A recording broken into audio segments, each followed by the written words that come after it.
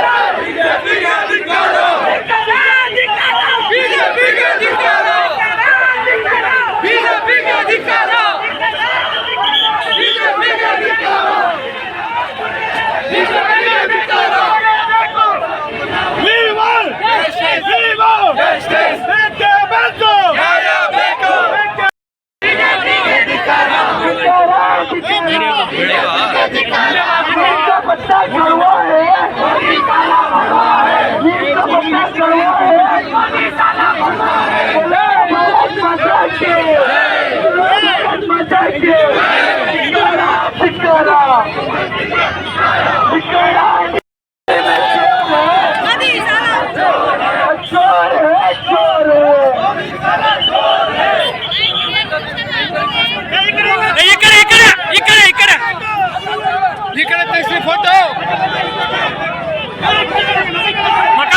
ಈ ಕಡೆ ಅಯ್ಯೋ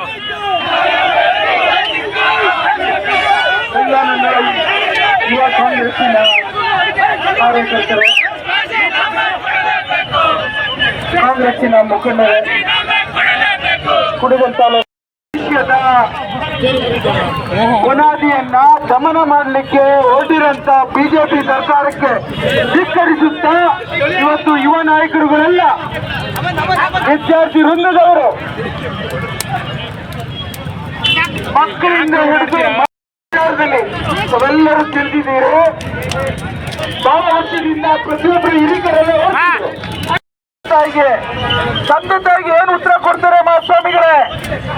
ಅವರ ನಂಬ್ಕೊಂಡಿರಂತ ಕುಟುಂಬಕ್ಕೆ ಏನು ಉತ್ತರ ಕೊಡ್ತಾರೆ? ಅದನ್ನ ನಂಬ್ಕೊಂಡಿರಂತ ಸಮಾಜಕ್ಕೆ ಏನು ಉತ್ತರ ಕೊಡ್ತಾರೆ? ಇವತ್ತು ನಾನು ಒಂದು ಶಿವಕ್ಕಿಂತ ದೊಡ್ಡದಾಗಿದ್ದಾನ? ಇವತ್ತು ನಿಮ್ ಪ್ರತಿಷ್ಠೆ ಅಷ್ಟು ದೊಡ್ಡದಾಗಿದೆಯಾ? ಇವತ್ತು ಆ ಮಕ್ಕಳ ಕುಟುಂಬದ ಕಣ್ಣೀರು ಒರೆಸಿರೋಂತ ಪ್ರಯತ್ನದಲ್ಲಿ ಇವತ್ತು ಧರ್ಮೇಂದ್ರ ಪ್ರಧಾನ್ ಎಂಬ ಸಚಿವನನ್ನ ರಾಜೀನಾಮೆ ಕೊಡಿಸುವಷ್ಟು ಸೌಜನ್ಯತೆ ಇಲ್ಲದಂತ ಪ್ರಧಾನಮಂತ್ರಿಗೆ ನನ್ನ ಧಿಕ್ಕಾರವಿರಲಿ.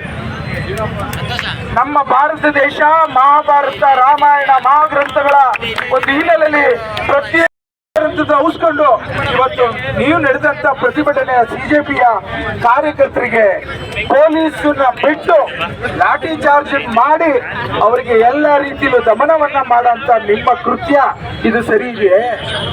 ಇವತ್ತು ಲಾಠಿ ಚಾರ್ಜ್ ಮಾಡಿ ಸುಮಾರು 81 ಯುವಕರಿಗೆ ಪ್ರಾಣದ ಒಂದು ಯಾವುದಕ್ಕೂ ಕಡೆಗಣಗ ಮಾಡದಲೆ ನೀವು ಅವರ ಬದುಕಿಗೆ ಆಸರೆ ಆದಂತ ಕುಟುಂಬಕ್ಕೆ ನಾಶ ಪಡಿಸಂತ ಜೀವಕ್ಕೆ ಹೊರಟಿದ್ದೀರಲ್ಲ, ಯಾವ ಕಾರಣಕ್ಕೂ ಹಿಂದೆ ನಾವು ಇತಿಹಾಸದಲ್ಲಿ ಬುಲೆಟ್ಗಳನ್ನ ವಿದ್ಯಾರ್ಥಿಗಳು ಉಪಯೋಗಿಸಿರಂತ ಇತಿಹಾಸ ಇದೆ. ಇವತ್ತು ನೀವು ಯಾರಿಗೂ ಕಾಣ್ದಲೆ ಬುಲೆಟ್ಸ್ಗಳನ್ನು ಉಪಯೋಗಿಸ್ಕೊಂಡು ಬಹಳಷ್ಟು ಜನ ಯುವಕರಿಗೆ ಕಣ್ಣು ಕಾಣಿಸ್ದಂಗೆ ಮಾಡಿದ್ದೀರಲ್ಲ, ನೀವೇನ್ ಮನುಷ್ಯರು? ಇವತ್ತು ದೆಹಲಿಲಿ ಆ ಮಕ್ಕಳುಗಳು ನಮ್ಮ ಬದುಕಿಗೆ ಆಸರೆ ಕಾಣ್ತಿರೋಂಥ ಸಂದರ್ಭದಲ್ಲಿ ಮೌಖಿಕವಾಗಿ ಮೌನವಾಗಿ ಪ್ರತಿಭಟನೆ ಮಾಡ್ತಿರೋದನ್ನ ಪೊಲೀಸ್ ಲಾಠಿ ಚಾರ್ಜ್ ಮೂಲಕ ದಮನವನ್ನ ಮಾಡ್ತಾ ಇದ್ದೀರಲ್ಲ, ನೀವು ಯಾವ ರೀತಿಗೋಸ್ಕರ ನೀವು ಈ ತರ ಬದುಕ್ತಾ ಇದ್ದೀರಿ? ಬಂಧುಗಳೇ, ಈ ಒಂದು ವಿಚಾರದಲ್ಲಿ ನಾನು ಇನ್ನ ಜಾಸ್ತಿ ಹೊತ್ತು ನಿಮ್ಗೆಲ್ಲ ಮಾತಾಡ್ಲಿಕ್ಕೆ ಹೋಗೋದಿಲ್ಲ.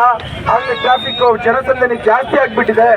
ವಿಶೇಷತೆ ಅಂತಂದ್ರೆ ಕುಣಿಗಲ್ ತಾಲೂಕಲ್ಲಿ ಯಾವತ್ತೂ ಈ ಒಂದು ವಿಚಾರದಲ್ಲಿ ಧ್ವನಿ ನೆತ್ತಿರಲಿಲ್ಲ. ಆದರೆ ಈ ನೋವನ್ನು ನೋಡಿ, ಸಾವನ್ನು ನೋಡಿ, ಬದುಕು ನೋಡಿ, ಪೊಲೀಸಿನ ಲಾಠಿ ಚಾರ್ಜ್ ನೋಡಿ, ಅವ್ರಿಗಾದಂತ ಅನ್ಯಾಯವನ್ನು ನೋಡಿ ಎಲ್ಲರೂ ನಾಗರಿಕ ಬಂಧುಗಳು, ರೈತಾಪಿ ಕುಟುಂಬ ವರ್ಗದವರೆಲ್ಲ ಬಂದು ವಿದ್ಯಾರ್ಥಿ ವೃಂದದವರ ಧ್ವನಿಗೆ ಧ್ವನಿ ಕೊಡ್ತೇವೆ. ನಿಮ್ಮ ಜೊತೆ ನಾವು ನಿಲ್ತೇವೆ, ನಿಮ್ಮ ಕಷ್ಟಕ್ಕೆ ನಾವು ಭುಜವನ್ನು ಕೊಡ್ತೇವೆ.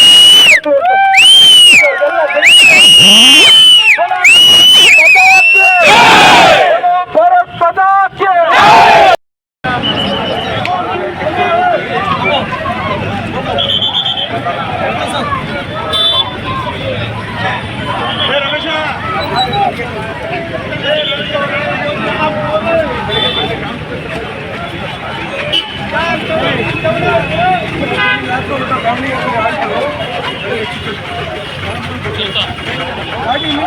Hey,